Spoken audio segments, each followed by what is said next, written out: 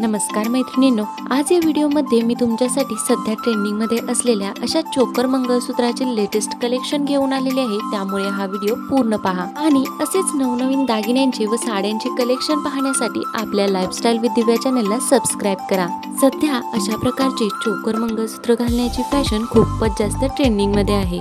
सध्या इतर दागिन्यांप्रमाणेच मंगळसूत्रामध्ये सुद्धा बरेच वेगवेगळे व नवनवीन प्रकार पाहायला मिळतात। मंगळसूत्रामध्ये सध्या नव्यानेच ट्रेंडिंगमध्ये आलेला प्रकार तो म्हणजे चोकर मंगळसूत्र।